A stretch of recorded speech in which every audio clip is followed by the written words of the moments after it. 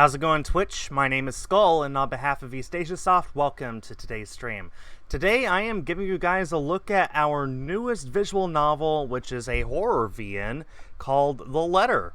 I actually have a list of things to say about this, which I should have brought up before now. The Letter is now available digitally on Switch and Xbox, with PlayStation 4 and 5 versions in development for release in early 2022. Also, there will be a physical version of this game released through EAS through Play Asia that'll be shipping in early 2022 alongside Love Esquire.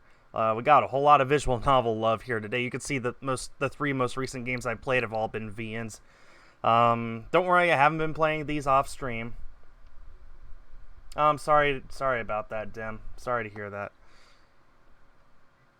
So, yeah, this game is out now digitally for Switch and Xbox, PlayStation version early next year, as well as a physical release on Switch early next year.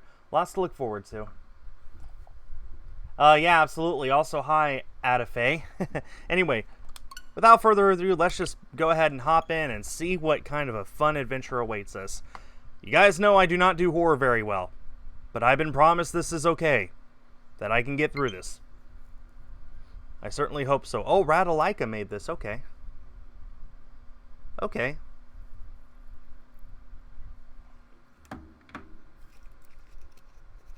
Alright.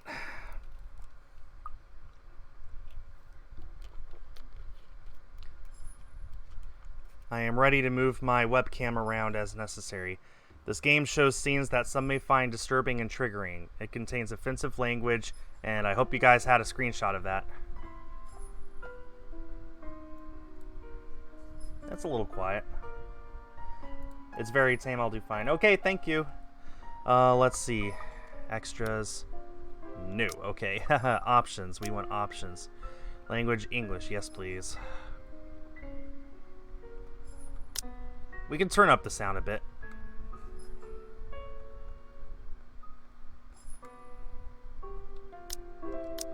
There we go. That sounds better.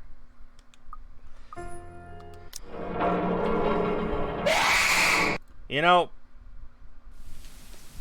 I blame the game for that. I've been bamboozled. The Ermengarde Mansion. It was built for Lord William and Lady Elizabeth Ermengarde of Lexbourne, humble ambassadors of peace and beloved by their people. Both were well known for their compassion and generosity, never failing to extend a helping hand to anyone in need. Under their influence and wealth, what was once a small, sleepy village grew to a prosperous, and bustling town. Preposterous. Very different words there. However, the seasons of joy eventually ended when the good nobles perished at the hands of a great plague. Set in the current day and age, I see. Yeah, very contemporary. Their riches and legacy were henceforth passed on to their only child, Lady Charlotte Ermengarde. Ermengarde. The mansion has stood since the 1620s, a witness to a very long history of joy and pain. After Lady Charlotte committed suicide, the great house was eventually left uninhabited. And that is when it began. Surrounding villagers spoke of seeing and hearing unearthly things, of cries and howls that filled the night, and hearsay of a mysterious woman roaming the hollowed halls aimlessly. People who dared enter its walls were simply never heard from again. Okay, hang on. I'm ready for this. I am prepared for this. Hang on. There we go. Here we go. Even after 400 years, those stories remain, much like the house itself. There we go. Whispers about the once great house, its legend and its curse, still fall upon the villagers' ears. In spite of this, the current owners are convinced that these stories are nothing more than a hoax. With little regard for the truth, they had Briar Realty Corporation place the property back on sale. Like Pandora's box, the secrets that lie inside await to be discovered by brave souls. No matter what happens, take care not to be consumed by the curse. Good luck. Okay. Well, that was fun. Hello? Isabella? Are you there? Where are you? That was fun. A familiar, jittery voice comes from the other end. Oh, hey Rose. I'm at St. Goretti High. What's the matter? What do you mean, what's the matter? It's the mansion, silly. I'm here and you're late. Jeez, we're on shift together. You promised. Oh my god, please don't tell me you forgot. You were planning on leaving me to check this place out on my own, weren't you? You chickened out. Calm down. You know I take my promises seriously. Oh, there's a journal. That's interesting. I'd like to believe that. So hurry up and get here. This place is huge. A bit too quiet since no one's lived here since, like, forever, but beautiful nonetheless. Why are you so surprised? This isn't the first time you've been there. I know. I just wish I could live in a place like this. It really takes my breath away. Yeah, well, I wouldn't be so sure about that. Not after the rumors that say it's haunted. Jeez, never mind those rumors. Ghosts aren't real after all. And even if they are, which they are not, they can't do anything. They're nothing but spirits. You don't know that. They might be listening or watching right now, and they might not be happy with you enough to curse you. No offense, sweetie, but that's a bit of a stretch. Believe it or not, it's better to be careful. Right. You know, not every property we sell will end up with a dead body stuffed in a sofa. Ugh. And I think that mansion is where we'll likely find another one. I can feel it. That was one time, Isabella. Loosen up. One time is one time too many. Gross. Wait, just get here ASAP, please. I'm getting bored being here on my own. Fine, fine. Let me just finish up here. I'll be right there soon. Okay, see you. Bye. She hangs up before I can respond. Rose, still charming as ever. Who was that? I look up my...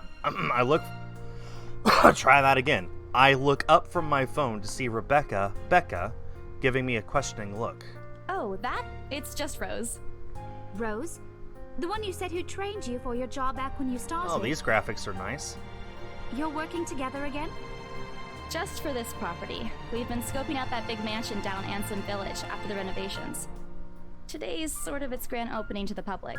The RC wants to give it one last check before we let potential buyers tour it this afternoon. Wait, mansion? That big spooky one you've been telling everyone about? Didn't you keep saying how it just gave you the creeps? You actually went there? And you're going back? Well, I did promise Rose I wouldn't ditch her. And besides, a job is a job. Gotta do what you gotta do to make a living. As soon as those words leave my mouth, Becca lets out a soft chuckle. What's so funny? Nothing. It's just that I didn't expect you to say that. Coming from you, it sounds so out of character. Can I change the settings here? Settings. I mean, no offense, but you've been freaking out about the place being creepy ever since you got assigned to it. Cursed rumors and all. Okay, I want for sound BGM, I want bumped down just a little. It's overpowering the voices. Otherwise, we're set. I honestly thought you'd back out. Not all the time. I could really use a huge amount of cash right now, and this is just the fastest way to get it. Plus, listen to this. Briar Realty wants it sold as soon as possible, and the agent who lands the deal is going to get a huge bonus. They never give bonuses like that. Getting that would make life so much easier. They're desperate, I'm desperate, it's perfect. A sympathetic look crosses her face. You know, if you're really in urgent need of money, you could have just asked me. Or Ashton. We can always let you borrow. and you can pay us back whenever. I have to keep myself from groaning out loud. In the years I've known her, I can already tell what to expect once she has that expression. Becca! I've noticed that you've been living off instant noodles these past few weeks. Typical college student, so what? She crosses her arms and grimaces at the thought. Her voice slightly rises as she begins to scold me. Instantly, I'm reminded why Becca excels at teaching boisterous teenagers. Stop eating junk. They're cheap, but they're not good for you. You'll definitely end up in the hospital if you keep at it. Here we go again.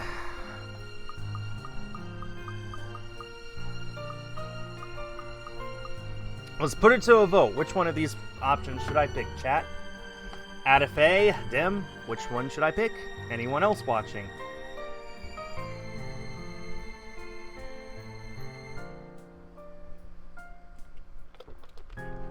Give me just a second. My 3D printer failed. Let me just go and cancel that real quick.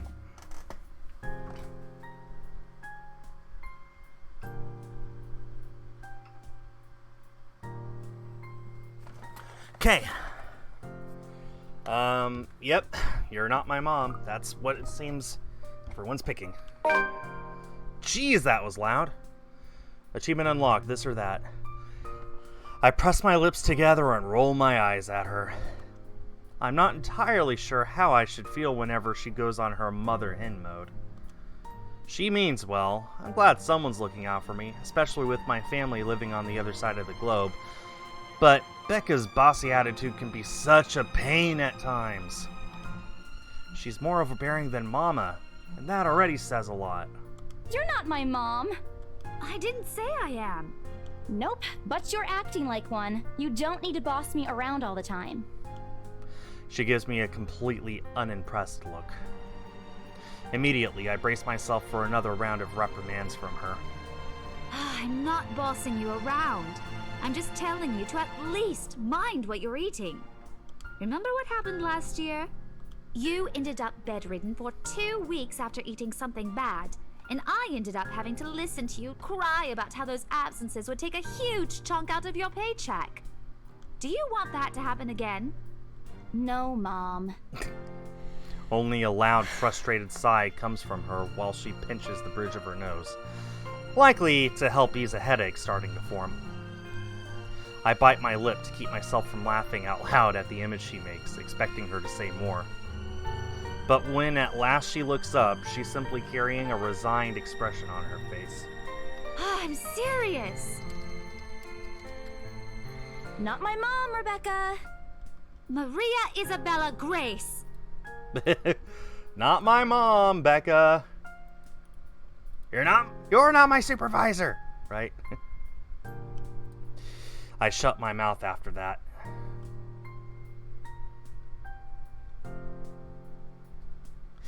Although I know she's not really angry, I don't want to push it. An angry Becca isn't someone I'd like to cross paths with in my lifetime. I've seen it happen, and it wasn't pretty. Yeah, I'll stop. I grumble, but she doesn't seem to care much, only giving me a small, acknowledging nod. Good. Look, if you need anything, tell me and I'll help in any way I can. You don't have to do this alone. Thanks, Becca. I really appreciate it, but you don't need to keep babying me. You've been taking care of me since after I moved here. You have to take a break sometime. Sorry, Dim. My bad. Anyway. And before you ask again, no. You know I'm not a fan of borrowing money. And I'm not going to ask you to give me what you earned hard for yourself. You and your pride. But suit yourself. The offer stays on the table, though. I nod in response, if only to get her to drop the topic. But I'm pretty certain I will never take that offer. Ever. It has nothing to do with pride. I've simply seen plenty of times how friendships can take a turn for the worse, just because of a few unpaid debts. I don't want something like that to happen between me and Becca.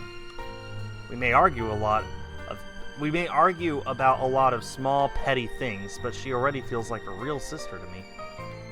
I don't want to lose that friendship over something so trivial.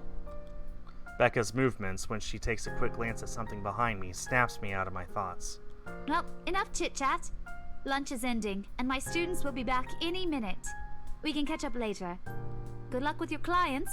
You better treat us to lunch or something if you get that sale. You bet! With a small smile, she returns to her desk and begins sifting through the papers of a rather thick history book. She's probably working on next week's lesson plan. Later, Adafe. Oh, I'm sure I will. And happy holidays to you. Or trying, at least. Her eyes are distant, and she doesn't seem too attentive to whatever is on the page. As if she heard my thoughts, Becca starts coughing heavily. Her hand hastily goes to her mouth to stifle the sounds. Ah, this is precisely why I followed her here. For someone who makes a habit out of worrying about other people, Becca sure forgets how to take care of herself. Hey, you sure you can manage on your own?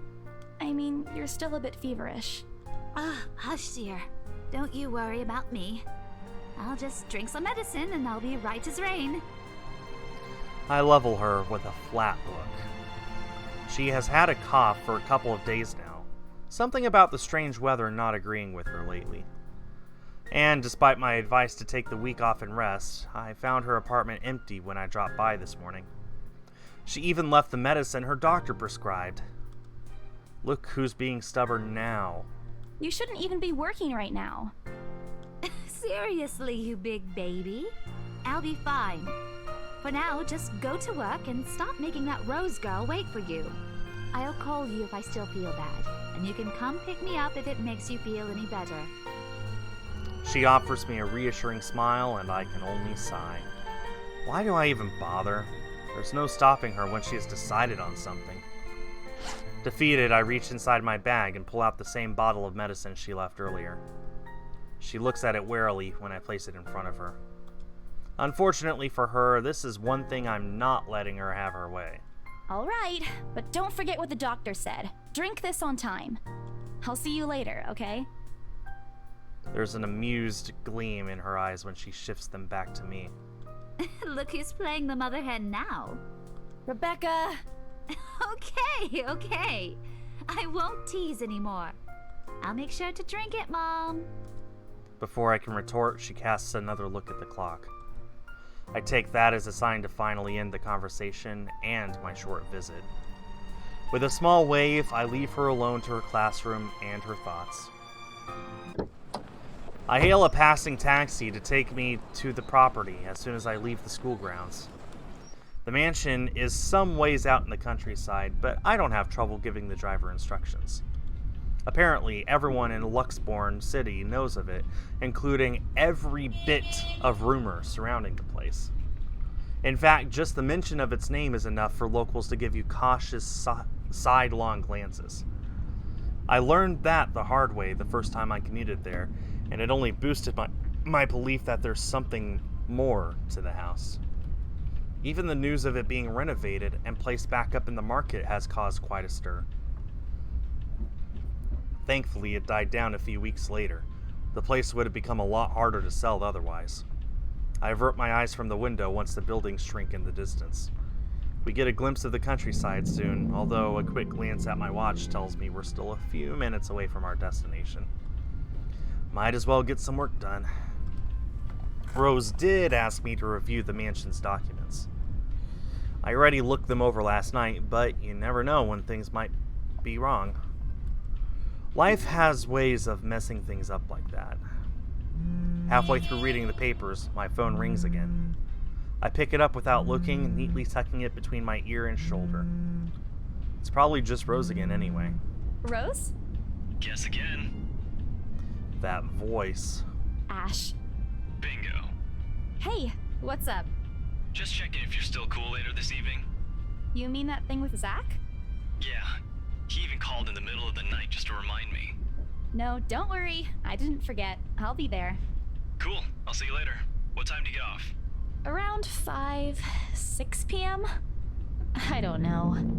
It's the first day of the Ermengarde Mansion's open house, and we're expecting quite a number of potential buyers. I'll be booked the whole afternoon. Ermengarde Mansion? You know, the big Jacobean mansion at Anselm Village? I'm on my way there right now, actually. On your own? Yeah, well, Rose is already there, but yeah. I see. Looks like the scaredy cat finally toughened up. Shut up! Ash chuckles, and I can't help but roll my eyes upon hearing it.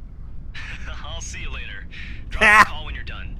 I'll see if I can pick you up. That's a funny name. Whatever. Bye. Stupid Ashhole. Always teasing me whenever he sees a chance. I'll show him who's tough. It takes a few more minutes until I finally reach the infamous mansion. I have to admit, the entire property does look wonderful from the outside. Yet, despite all of this, it does nothing to hide the fact that something is just wrong. The surrounding area is unusually silent, and only the rustling of the leaves can be heard on the occasional breeze passes. While Anselm Village is just a few miles away, everybody keeps their distance on purpose. Perhaps out of fear, the horror of falling under the mansion's curse. Somehow, it makes me feel sad. The lack of immediate human presence just makes this place all the more eerie than it has any right to be. If it's uncanny in broad daylight, I can't imagine how this place looks at night. You planning to go inside that place, Missy? The voice nearly makes me jump out of my skin. Without completely taking my eyes away from the house, I give the driver a confused nod.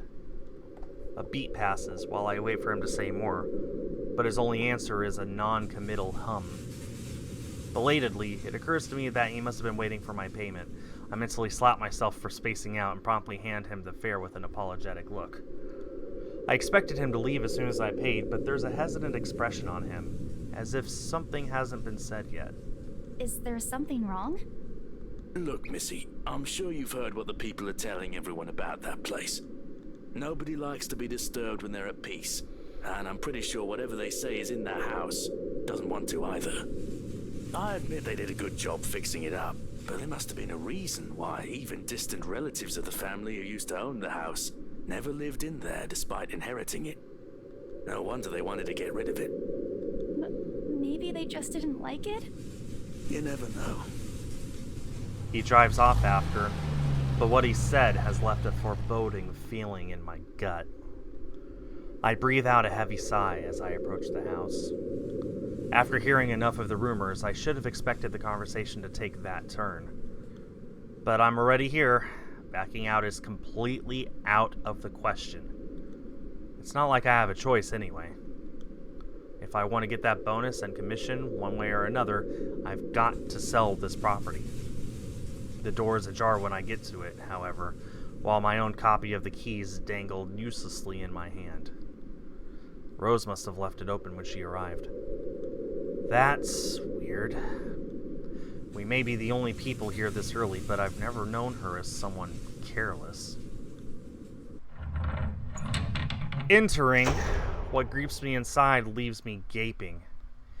They've cleaned every corner, waxed the floor, dusted the antiques, searched every nook, cranny, and crevice, and made it spick and span. All for the sake of making the mansion more enticing to the modern-day lords and ladies. But no matter how hard they try, the mansion still looks as soulless as ever. As though it's going to eat you alive. If you ask me, they should have just listened to what other people have been telling them and leave this place alone. Some things in this world are better left alone, never to be disturbed ever again. Rose? I call out. Rose, I'm here. Where are you? My voice echoes softly through the hallways. Oh, who am I kidding? In the place this big, I don't think she'll hear me no matter how deafening the silence is. She could be all the way on the other side of the property for all I know. Quickly, I reach my phone and dial her number. But... The number you have dialed has not been recognized. Please check and try again. What do you mean has not been recognized? We were just talking a while ago. It's not like she was eaten by the house. right? Or maybe the ghost did hear us talking about and spirited her away. Right? Right? No, Isabella, don't be ridiculous. She probably just wandered deeper into the house and lost signal or something. I dial her number again, hoping the call will connect this time. The number you have dialed has not been recognized. Please check and try again. But to no avail. Oh boy. I have a very bad feeling about this. Rose? If you can hear me, please come out. Come on, Rose. This isn't funny. You know this place gives me the creeps. No answer. This isn't going to work. The place is big. She could be anywhere. I need to start looking for her. I take a deep breath before venturing deeper into the mansion. Taking a couple steps forward, I notice something move above the grand staircase. What the hell? Rose? Rose, is that you? Not funny. I'm leaving you if you don't come out. Not coming out, huh? Fine, I'm going.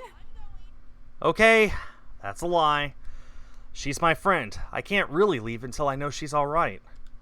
Growing desperate, I try to contact her number again. Come on, please give me something. Please, Lord. Yes, finally! Hello? Hello? Rose, I'm here at the mansion. Where the hell are you? She doesn't respond. There's also heavy static coming from her side. I sincerely hope it doesn't get cut off before I get an answer from her. Rose, come on. Where are you? A few moments pass until the static eventually starts to quiet down. I'm attic. What? The attic? Why? Crap, it got cut off. Man, do I really need to go there? With how deep inside the mansion the attic is, there's barely any signal there. No wonder I can't contact her. But why is she there? Out of all places, she just has to make me go fetch her in the creepiest room of this place. Is she doing this to get back at me for being late? Whatever. I'll just go. The sooner I meet with her, the sooner I'd feel better about being here. I carefully make my way up the staircase. My legs wobble as I mentally curse the fact that I've chosen real estate instead of picking a career that doesn't involve strange abandoned houses. Upon reaching the top, the grand hallway greets me. It branches out to the two major wings of the mansion, the east and west wing. There are two attics here, one on each side. But the east one has been converted to a storage room of sorts, and somehow I find it least likely for Rose to wander there by herself. Besides, she never did like going into stuffy, strange rooms. So I head towards the west wing first to meet the President of the United States, where a simple wooden door at the end of the hall opens to a small room. Inside is another set of steps leading to the second attic. Unlike the grand staircase, though, the steps to the attic are steep and narrow, made of old stones and covered with a thick coating of dust that kicks up into the air with every step. Thank God it's still daytime. If it wasn't for the light streaming through the door behind me, I might easily stumble and fall. With how old this place is, there are no light fixtures to illuminate the cramped passage up. Why didn't they bother to add one when they renovated escapes me. Sheesh. They did it with the rest of the house. A small bedroom welcomes me at the end. It looks exactly as it did the last time I'd been here, full of dust, worn out, and faded by time. Odd. I thought they cleaned everything. Did the crew miss this room? Cleanliness is the least of my concerns right now. The more pressing matter is Rose. She's not here. Was I dreaming when I talked to her a while ago? Did I mishear her? No, it couldn't have been a dream. After all, the creepy ambiance of this estate is doing such a remarkable job of making sure I stay alert and awake. And I'm sure she says she's here. Is this a prank? Or maybe that phone call was Rose's last message to me before the curse got to her. Shut up, brain. You're not helping. Don't make this scarier than it already is. But if she's not here, then where is she? And that's how she died. Good night, everybody. What the hell was that? That's it. I can't do this anymore. I'm leaving. We must have angered the spirits living here. I knew disturbing this mansion was a bad idea right from the very start, but nobody listened. Be freaking realistic, they said. They think I'm cuckoo because I believe in curses and ghosts and all that. Me and my outlandish backwater country beliefs. I've always strived to be a model employee, but not this time. No. I'm turning back for the sake of my own sanity. Briar Real Estate can find another agent who is more freaking realistic to tour people around this haunted house. Before leaving, I take one last look at the gloomy old room. Just to check. Huh? What's this? My worries about Rose's whereabouts must have caused me to miss it when I first entered the room. But there's clearly something on the floor. It looks like... A letter? Lying on the ground, just a couple of inches away from my feet. Out of sheer curiosity, I lean down and pick it up. Oh, this must be why the game is called The Letter. Strange. I don't recall seeing this the last time I was here. A few days back, me and a few other agents inspected this mansion to prepare for today. I had been the last to look inside the attic and leave, and this certainly hadn't been here before. Someone must have left it in this room since then. Did Rose leave this for me? Was she here a while ago? I couldn't have missed her though, could I? There's only one set of stairs leading to the attic. The letter isn't exactly in pristine condition. In fact, it looks rather ancient. The paper is so thin and rough, I'm worried it'll fall apart if I so much as touch it. But with great care, I open it, and what I read shakes me to my core. What? Oh my god. That's creepy. Nothing but the words "help me" fills the page. All of it seemingly written with a crimson shaded pen. Or blood. I gulp. The same phrase just goes on and on until... Send this to 5 people or else. It's a freaking chain letter. Or else what? Or else what? As quickly as I can, I scan the back of the paper and peek into the envelope to make sure I'm not missing out on a second page. But there's nothing. No. Oh, please, no. My hands tremble as dread creeps over me. The room is suddenly getting colder. I need to get out of here. Folding the paper in half, the sight that greets me next has me frozen on the spot.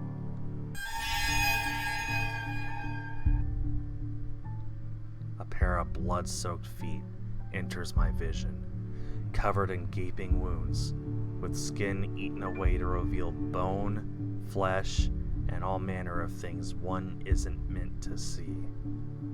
It's too much! All of it is too much! I want to cry, call for help, but the words catch in my throat. Even my feet won't move, completely paralyzed out of terror. Lord, please help me. I'm not looking up. Nope. I shut my eyes tight, muttering fervent prayers under my breath. Our Father, who art in heaven, hallowed be thy name. I'm not looking up. You guys crazy? I'm not stupid. Prayers taught me as a kid, by my mama and my papa, slip out endlessly through my teeth. Because God, oh God, if you have to listen to any of my prayers, please listen to this one. And if God doesn't listen, at least I won't see the thing that kills me. A cold comfort. I wait. And I wait some more. But when nothing happens, I dare to take a peek. only to find the ghost, the thing, whatever it is, gone. Relief washes over me as I shakily get up to my feet and back away towards the door. Wrenching it open, I slip out without a second thought and make a run for it, down the stairs and onto the hallway. I take a look back to make sure it isn't behind me. Any other person might have stopped, dismissed as a trick of the light and an overactive imagination. But I am not taking any chances. I am not giving that thing another chance to catch me off guard. I don't think I'll ever be safe until I get out of here. Whatever that is, every warning bell in my mind is telling me that it's going to jump out at any minute and get me while I'm still in this place. I told them! I freaking told them! Oh man, oh man, oh man!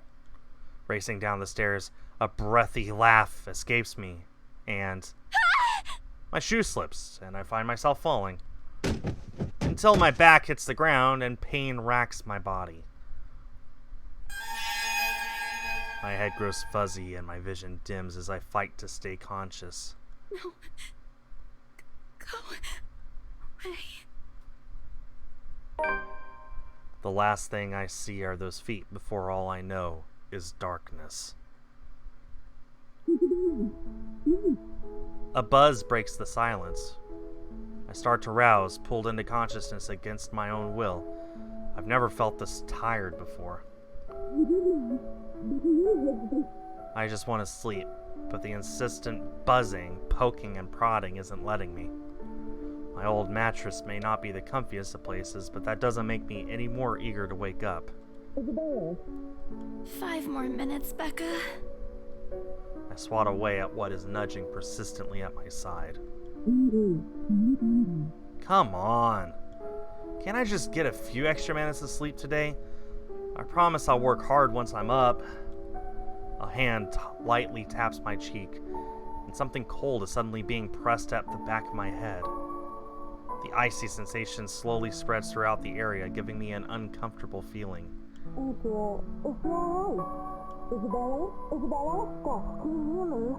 Isabella?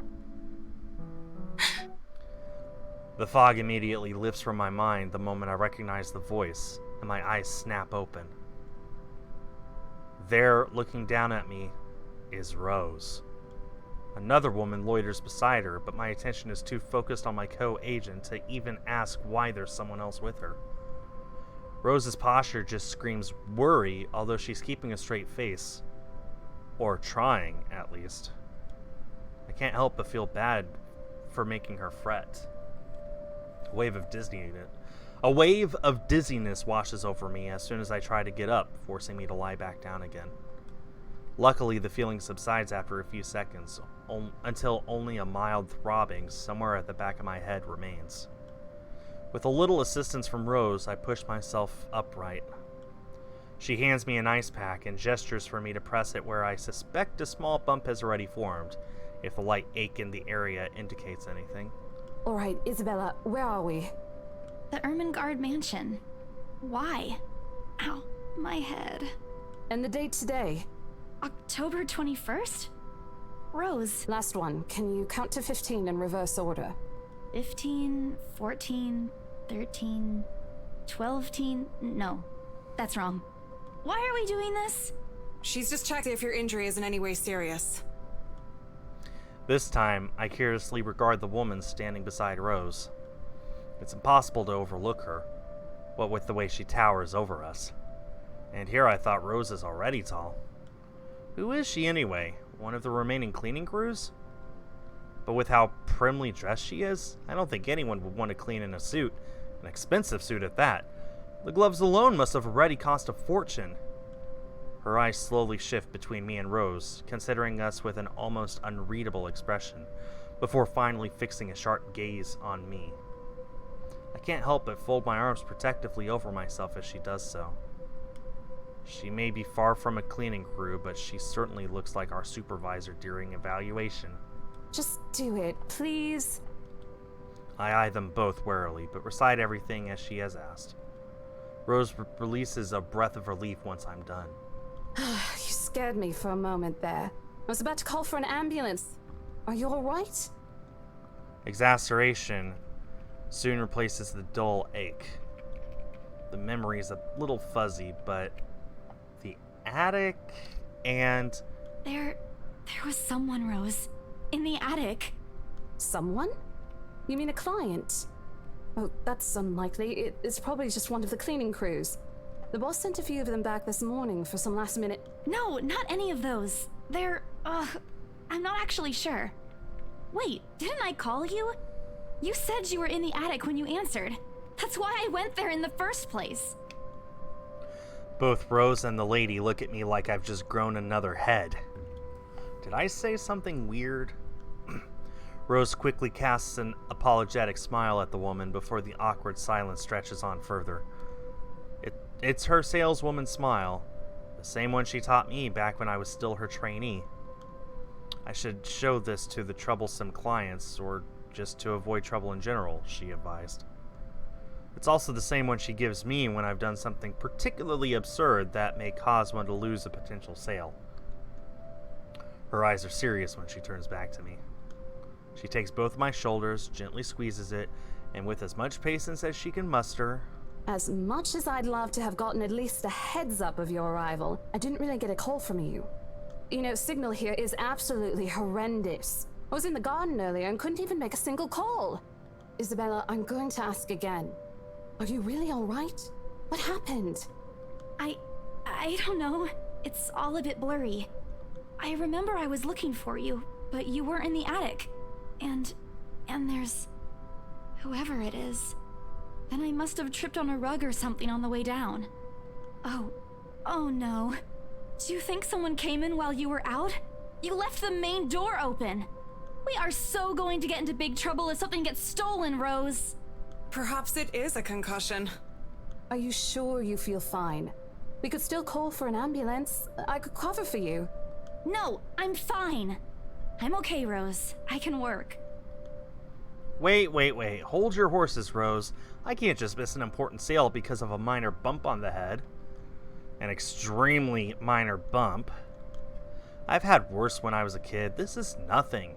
Besides, if I leave, you'll have to shoulder everything in the open house, alone. And in a mansion this big?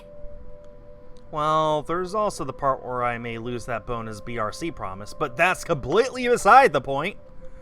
Rose gives me a skeptical look when I return the cold compress to her and push myself off the floor. I have to use the staircase's railings to steady myself, but otherwise I feel fine. See? I'm A-okay. The two of them exchange a worried glance, and Rose assumes a contemplative look.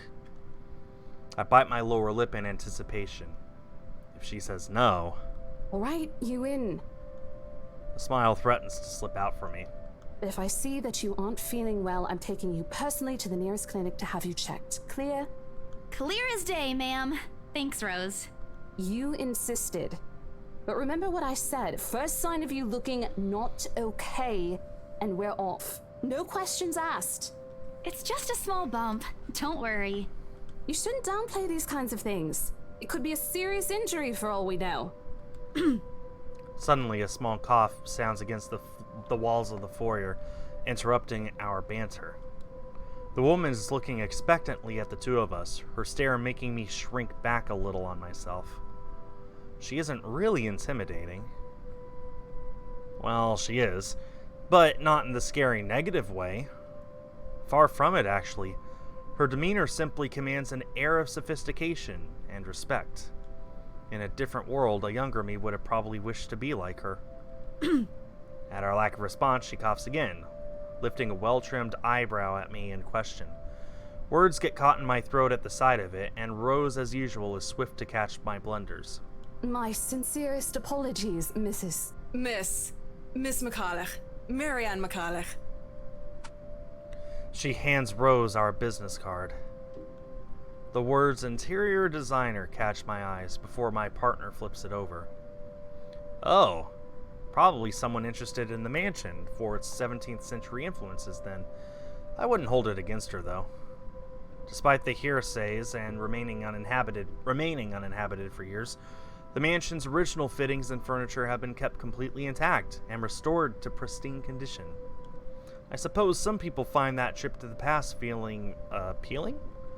After all, with what it offers, this place could also be a haven for people looking to live somewhere with a classic historical charm. Miss McCullough, I'm Rose Cooper, and this is my partner, Isabella Santos. We're just ironing out a few things, but we'll be starting the tour soon enough.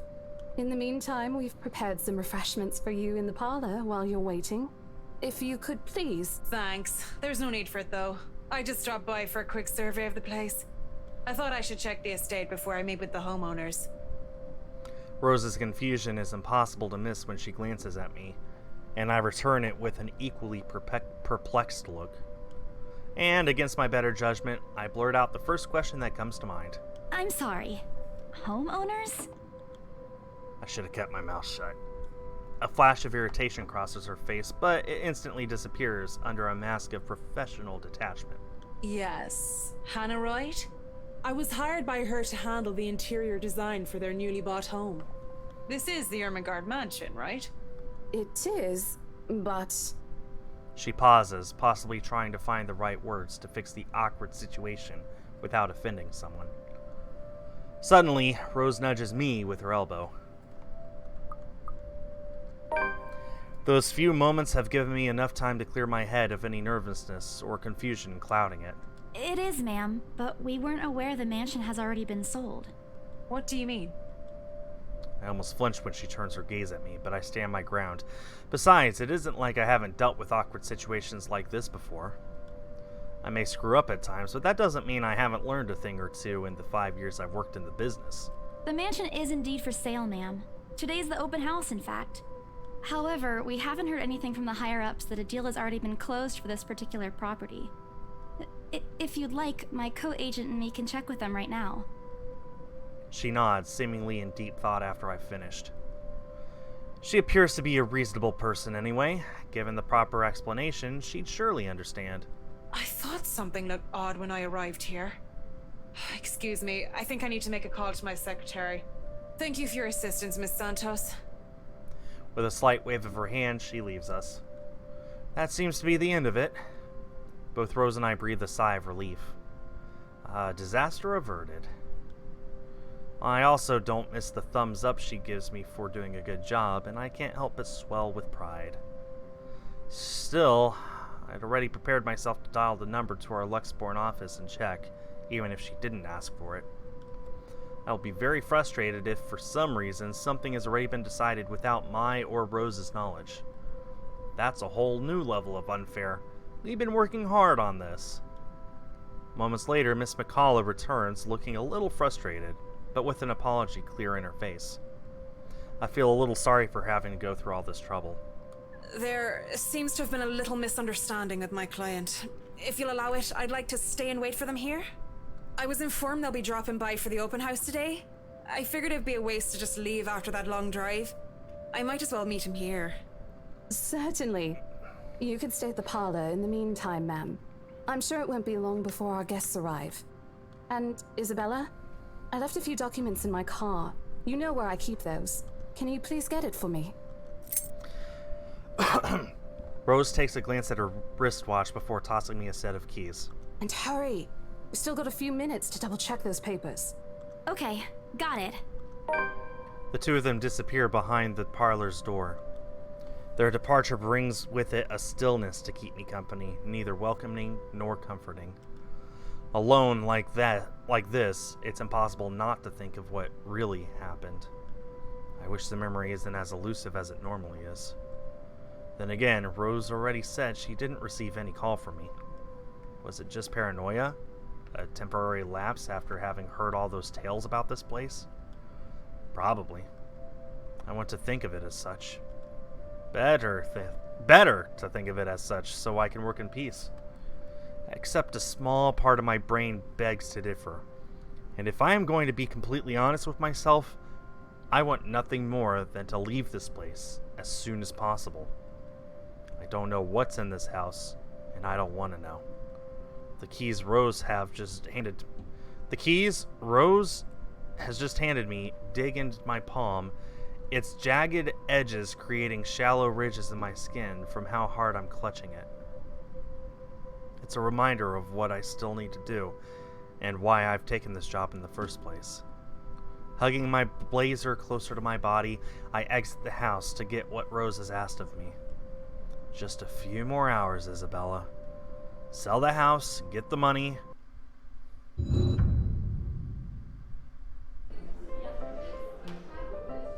Okay. Not creepy at all. A flock of people have already gathered in the mansion's front yard by the time we officially open the doors. I'm not sure whether I should feel baffled or underdressed standing in their presence. Men and women of wealth and status, all dressed to the nines in fancy suits and lovely dresses of varying colors, compose the medium-sized crowd. Their necks, arms, and fingers are adorned with silver and gold, glinting in the afternoon sun. Some even have ridiculously fancy feathered hats on their heads. I really hope there aren't any magpies living nearby like in the stories. Those birds will have a field day in this. They are murmuring among themselves, looking at the estate's facade appraisingly, with some arguing about whose mansion has the superior architecture. But most of it stops when Rose calls for their attention. They don't look too pleased at being ordered around, but what can they do about it? Ladies and gentlemen, I'm Rose Cooper, and this is my partner, Isabella Santos. We'll be taking a tour of the mansion in 2 groups. Please make sure you filled up our sign-in forms before joining a specific group. Those who want to look around the first floor, please follow my partner. I'll be guiding the ones who wish to see the ground floor. Hearing this, a few wonder to me. They are mostly old ladies who seem daunted at the idea of climbing all those stairs. Miss McCullough also joins our group, but what really catches my eye is the elegantly dressed pair she approaches. It's so nice to finally meet you! When Chief Inspector Lee mentioned that a famous interior designer is in town, I knew I had to get you. Your confidence in my skills is very flattering, ma'am. I'm sure you won't disappoint, Marianne. Oh, you know each other? Not at all, ma'am. You mentioned something about a Marianne on our way here, darling? Oh, yes, I think I did. Ah, they must be the clients she was talking about. I might have seen their faces somewhere before, some magazine or the television, I can't quite remember. But then again, most of our guests will likely ended up on the news one way or another. I won't be surprised if these two already have. For people who are popular, though, they aren't dressed as loudly as the others, and in their simplicity, the couple stands out. The woman in particular is stunning enough to turn the heads of most people in my group, especially the men with wondering eyes. The guy standing beside her doesn't seem to mind, though. And if I'm going to be a bit bolder with my assumptions, I'd say he's basking in the attention. Both of them, in fact. I'd think they are brother and sister if it wasn't for their public display of affection. Well, that hasn't stopped anyone before. Good night, everybody. The matching rings on their fingers just cement the fact that they are indeed a couple. Whatever. Couple or not, what's important is we get this deal closed before the current owners can even think of canceling the listing. I just hope one of the people in my or Rose's group is brave and generous enough to buy this mansion. And so, with papers in hand, I lead the way. When they aren't whispering among themselves or going ooh and ah over one thing or another, they ask questions. From how the restoration process went to the history of the place, I answer them all. More than happy to talk about the art pieces and architecture mostly. However, I'm careful not to mention anything about the urban legend. Not a good material for sales talk, even if the entire population of Luxborn knows about it. Some of the furnishings here are actually the 17th century originals, all of which have undergone a painstaking restoration process just to return its original beauty. Even the glass thing, colorful ones.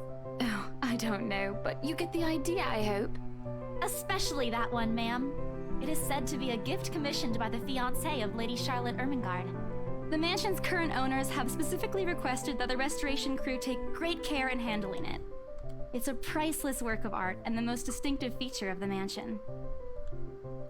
By the time I've stopped talking, her attention is already elsewhere. Isn't this place wonderful, darling? I told you it's not a total waste of your time. I don't know. Isn't it a bit too small? We might have to break a wall down to have more room. Well, I think it is just right. Don't you think so, Marianne? Imagine owning a mansion and saying it's too small. Imagine. Imagine. You'll have to imagine, because I guarantee none of us who play video games could ever know what that's like. It is splendid, ma'am. But isn't it a little too early to make plans when no deal has been signed yet?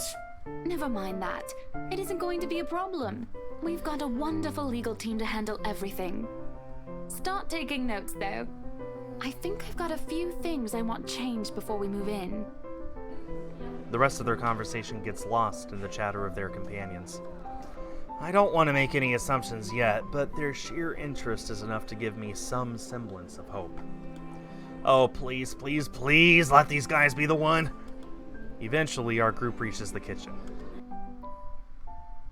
Much like the rest of the house, a great deal of effort has been put into retaining the room's classical appeal. This is actually a nice looking kitchen. Look at this. Like, genuinely, I kind of like this. This is nice. The open hearth at the end of the room in particular looks amazing, like the one I've only seen in fairy tale books. And mad props to the cleaning crew.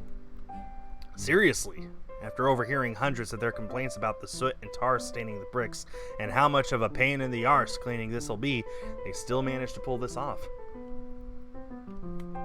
Or make it look presentable, at least. The highlight of the room, however, is what's underneath this hatch here. Oh, don't say anything yet. An underground wine cellar. This is the first time the guy in gray speaks up. Mr. Luke Wright, my memory supplies from the forms they signed earlier. Yes I am, Dim. Yes, I know about the new game that they just announced. Kind of surprised that... Yeah, I know all about that. Very interesting, they even spelt the name correctly. His sudden attentiveness catches me off guard. Since the start of the tour, only his wife has shown any form of genuine interest in this place. But this time, something lights up in his eyes as they mention the mention of the Undercroft. What's so interesting about a basement? I really don't understand rich people sometimes. Oh, stock sale. Yeah.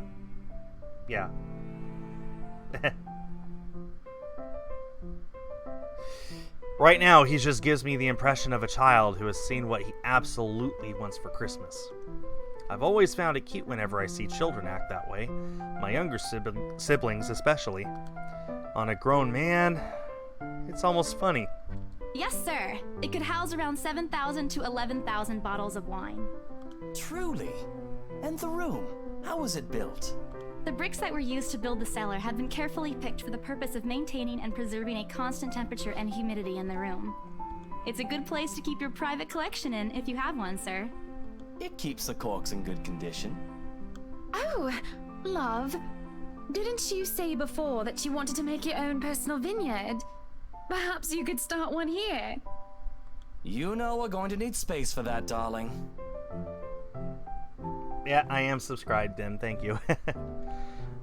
And this isn't big enough? If it's space you're worried about, sir, the Ermengarde mansion sits on a 46-acre lot. There's plenty of room for 46 acres? That's like the size of a mall. That's like the size of a mall. 46 acres. We were told that the original owners had a horse stable built here before, too. There's a contemplative expression on Mr. Wright's face, but he doesn't say anything further. His wife, however, seems really pleased that he has started to show interest, if only a little. I smile to myself. I may not completely understand how these people's minds work, but I sure as hell know how to spot a buyer with sincere interest. Score! I can't wait to tell Rose. The rest of the tour goes by without a hitch. After more than half an hour, we're able to cover almost every room in the ground floor, and we are headed to the parlor.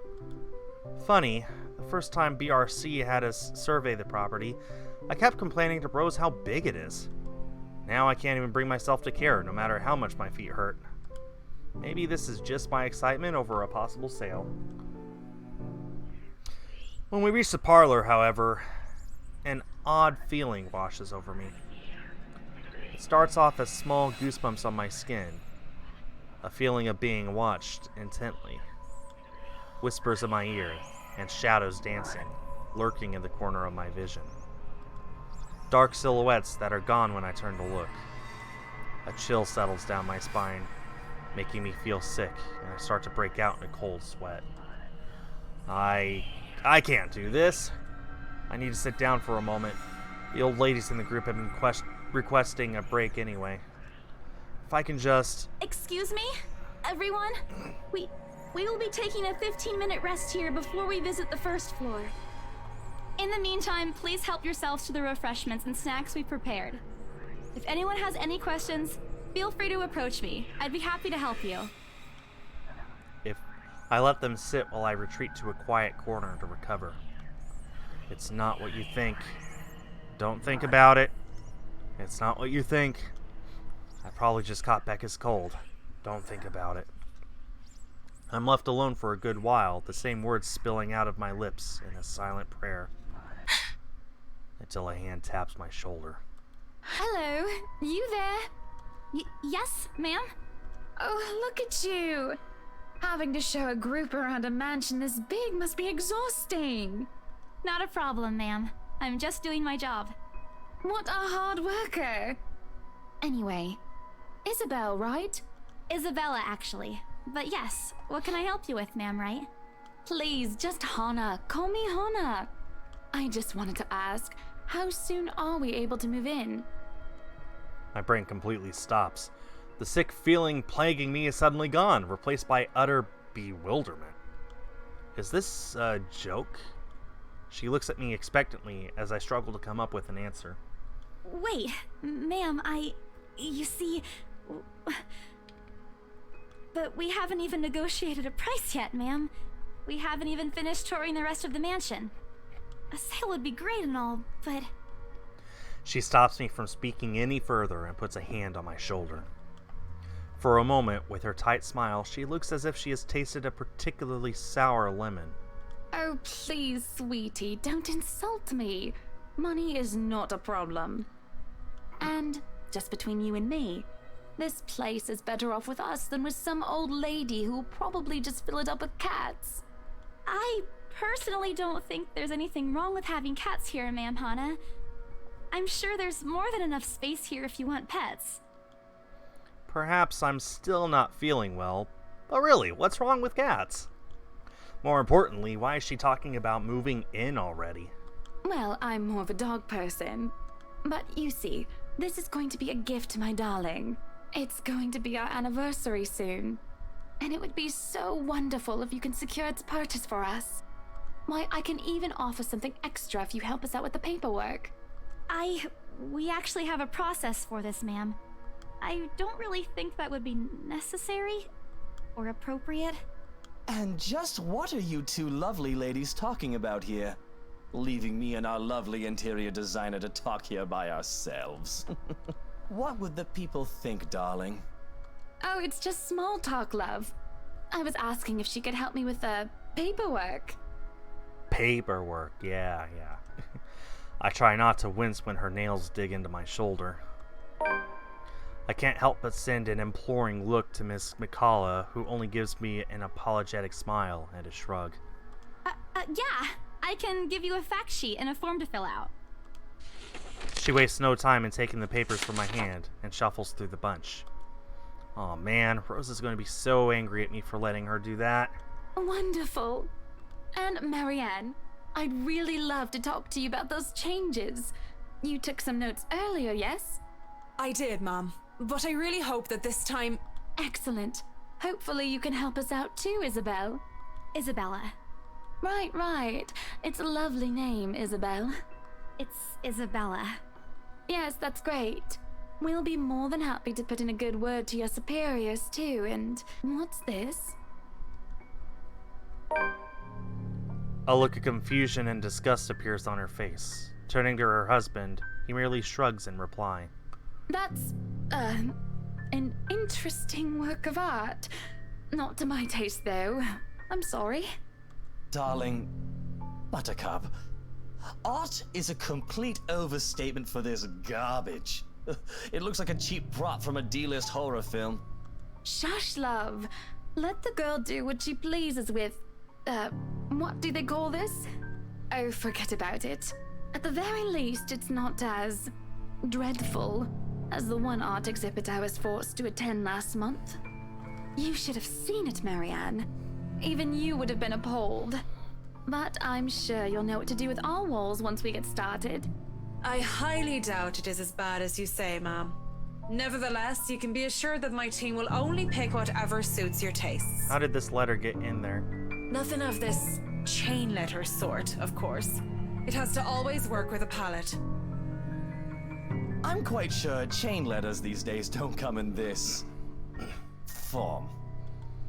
It's my turn to be puzzled. What do they mean? Rose and I double-checked everything.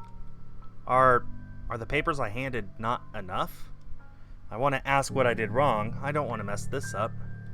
But with the way Ma'am Hana's leading the conversation, I'm afraid that's exactly what would happen if I interrupt her. That's good to hear. See, darling, isn't she an absolute delight to work with? I can't wait to see how this place will look when she's done with it. Oh, you don't have to tell me that, Buttercup. A smile is back on her face when she turns to me and hands me a strange piece of paper. I would still put it away if I were you, though. Otherwise, people might get the wrong impression. Anyway, as I was saying... I don't hear the rest of what she says after that. I can only stare down at the paper, at the letter in my hands. The sides crinkle in my grip and my breathing grows labored. Dread quickly fills my mind. Isabella? Isabella? Are you alright? You're looking pale. I didn't even notice when Rose's group joined us in the parlor. I want nothing more than to say that no, I'm not alright. I want to leave this place. Because I remember everything as clear as day. This letter and those blood-soaked limbs in the attic. It's real. The letter. I'm sorry, I didn't know. Careless. I've been so careless. How do I even tell them that without looking like I've gone mad? Should I even tell them?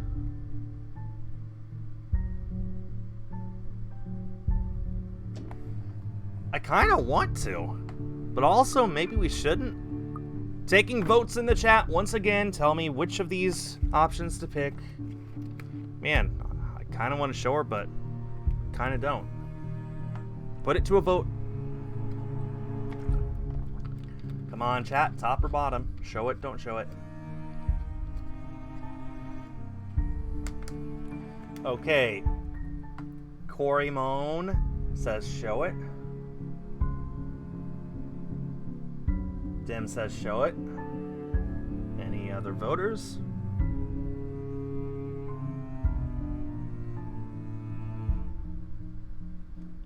Show it! I blurted out before I can think twice about what I'm going to say. Rose, we need to get out of here. This place is cursed.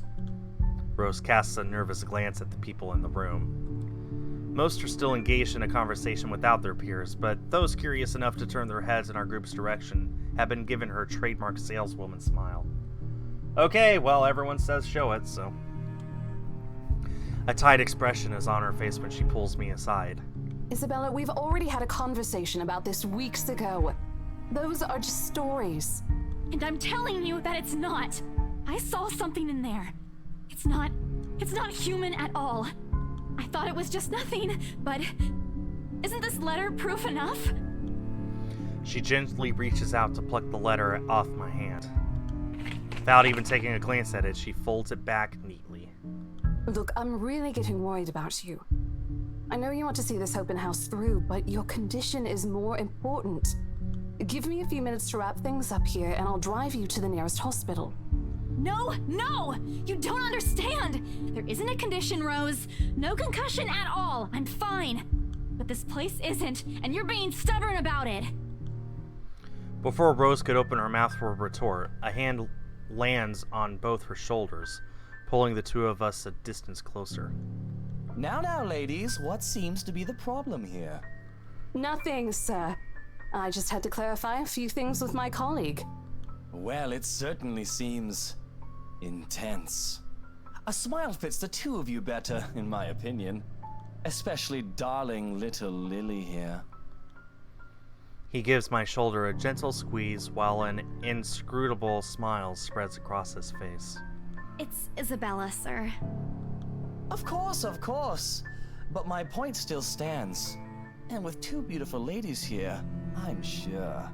And I'm sure little Lily here would certainly appreciate it if you remove your pretty hands from her, darling. The pressure on my shoulder lifts as soon as those words leave his wife's lips, while the scald on her face is like a splash of cold water on me. It is also impossible to miss the displeased frown on Miss Bacall's face. The realization that we might lose the sale because of my outburst instantly dawns on me. Rose will be beyond pissed. I think I need to step out for a while. I'll be back. Bowing my head, I mutter a quick apology and gather my stuff to make a quick exit. It doesn't matter if this place is haunted or not. I've caused trouble, and Rose can be quite unforgiving of behavior like this. I'm almost at the door when she catches up to me. Isabella, wait! The apprehension must have been quite obvious on my face because her expression instantly shifts to something gentler. Eyes softer, a fond smile spreading on her lips. Hey, I'm not angry. I know. I'm sorry I ruined this for you. Come on, you didn't ruin anything. It's not like we haven't ran into any problems before. If we don't get a deal today, we can always try on a different day. And look. She hesitates, completely trailing off, before shifting her gaze down to her hands. A small gesture to stall. Her fingers are fiddling with a piece of folded paper. It's that stupid letter again. My hands stiffen when she gives it back, but I take it nevertheless, more as an automatic response than any desire to have it back. I'll throw it away if I can, but I have this nagging feeling that one way or another, it'll find its way back to me, regardless of what I do about it. Rose, this is... You have to let them know about... I know you want us to get this sale so badly, and we've made a lot of plans on how to go about this. I mean, who wouldn't? This is the first time I've been assigned to a property like this. I've sold plenty of houses before, but nothing like what we have here. It's a beautiful house. I'd love to get one of my own if I ever win the lottery. But I think... Look, here's the thing, Isabella. If we are going to do this, work on something, I don't know, this big, I need you in top shape. And the way you are now... My mind stops. What? Wait. No, I can still work. I just need to get myself together. That's what you said earlier.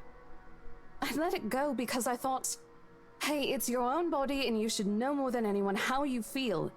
But after this, I really think you should take a break. You're kicking me out? No, I'm not. Look, all I'm asking is for you to take a seat somewhere I can see you, and let me handle this for now. You're clearly not yourself, and I honestly could use some time not worrying when you'll fall over or not. The day's not even over, and I'm already feeling the stress. Please, humor me just this once. She clasps her hand together in front of her, eyes pleading for understanding. And I do understand. To some extent. That doesn't mean I'll feel any less awful. Whether at myself at the unlucky turn the situation's taken, or for her, I don't really know. I promise I'll give you a full report of what happens after. I'll even let you take the lead tomorrow. Fine. Okay. I'll step aside for now. You're upset. A little, yeah, obviously. If it's any consolation, I won't tell the boss about today. You know how he is. Please don't. I don't want a repeat of the lecture I got during my first assignment. He called me a noob, and I don't even know what that means. Heh, what a noob.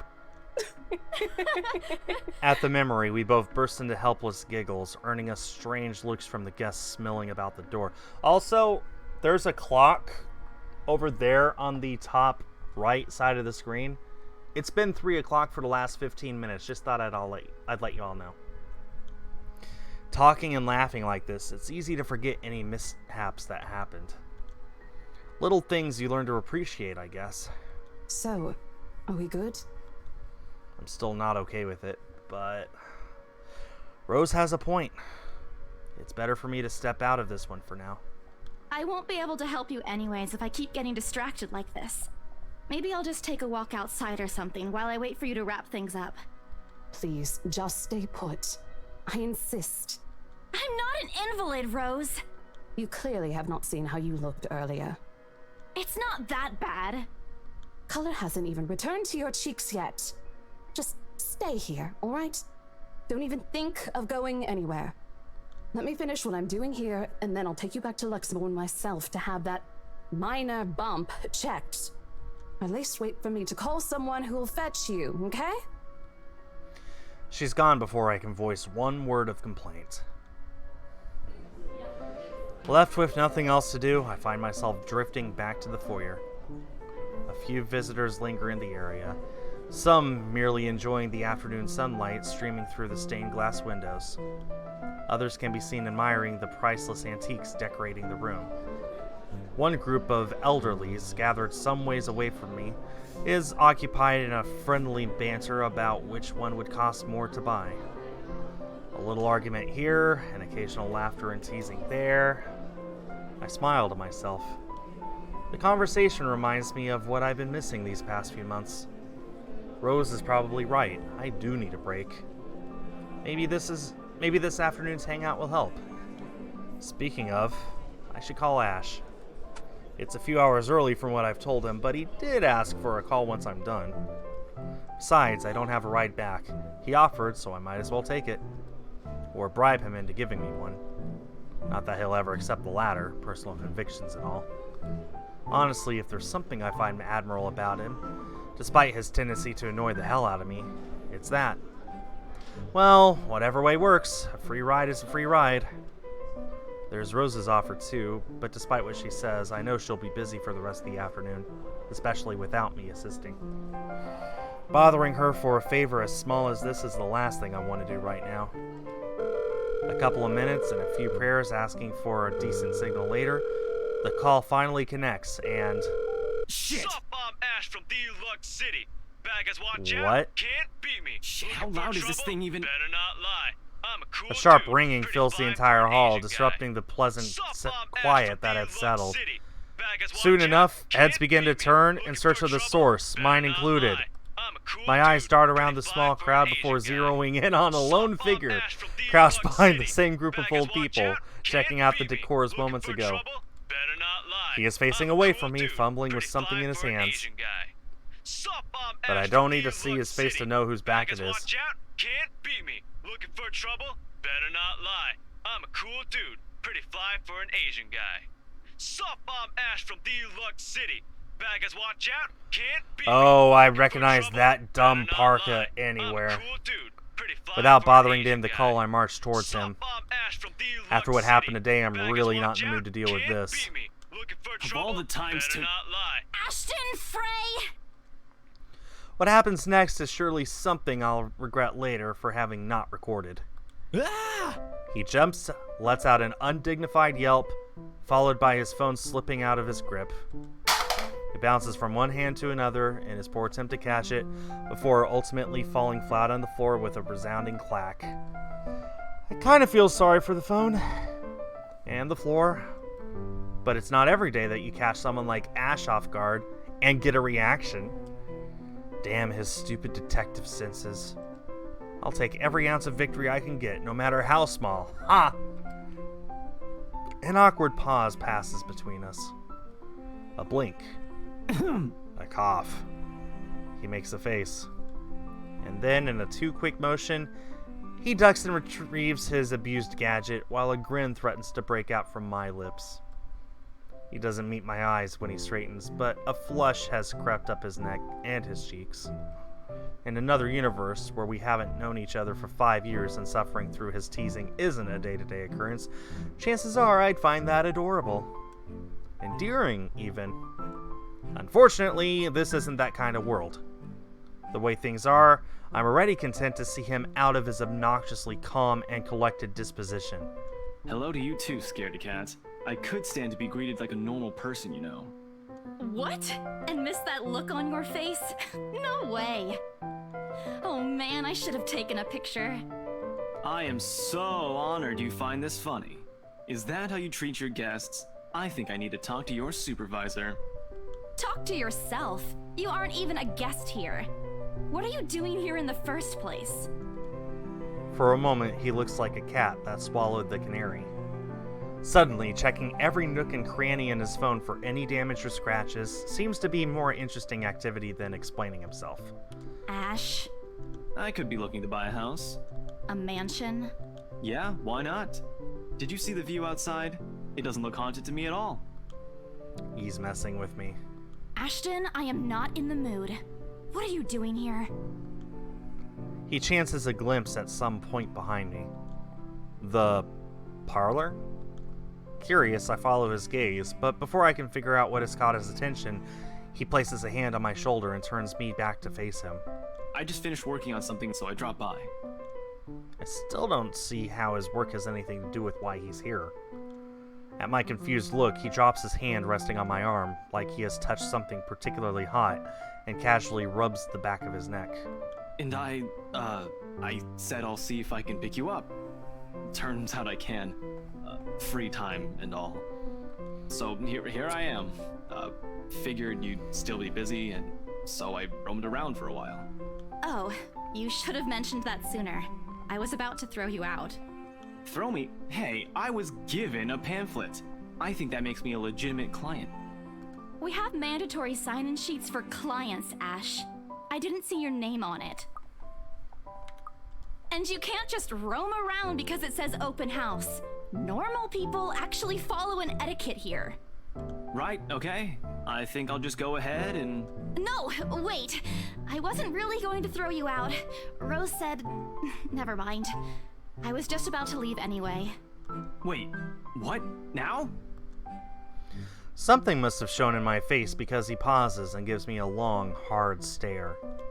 Sometimes I forget how easy reading people is for Ash, given how he often looks as if everything around him is a chore. I avoid his eyes, hoping he'll drop the subject and won't ask any more questions.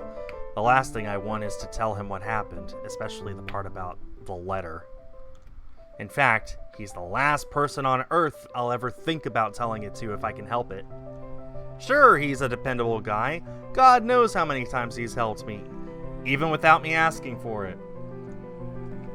But stuff like ghosts and the supernatural? He'll never believe those, even if he hears it from a friend. Except maybe if it's Becca. On a good day, the most harmless thing he'll do is give you an explanation why those things have no chance of ever being real. At worst, he's insufferable. He'll poke fun at you every single chance he'll get. Asshole. What did I ever do to him? He never does that to Becca or Zach. I can already imagine how things will go down the moment I spill a word of what I saw. Nope. Over my dead body. Before it catches his attention, I shove the letter deep into my bag. What's wrong? Nothing. Let's just go. Doesn't look like a nothing to me. We still have Zach's movie tonight, remember? It's still early. And didn't you say your shift will end around 5 or 6? What about... Hey, Isabella, wait up!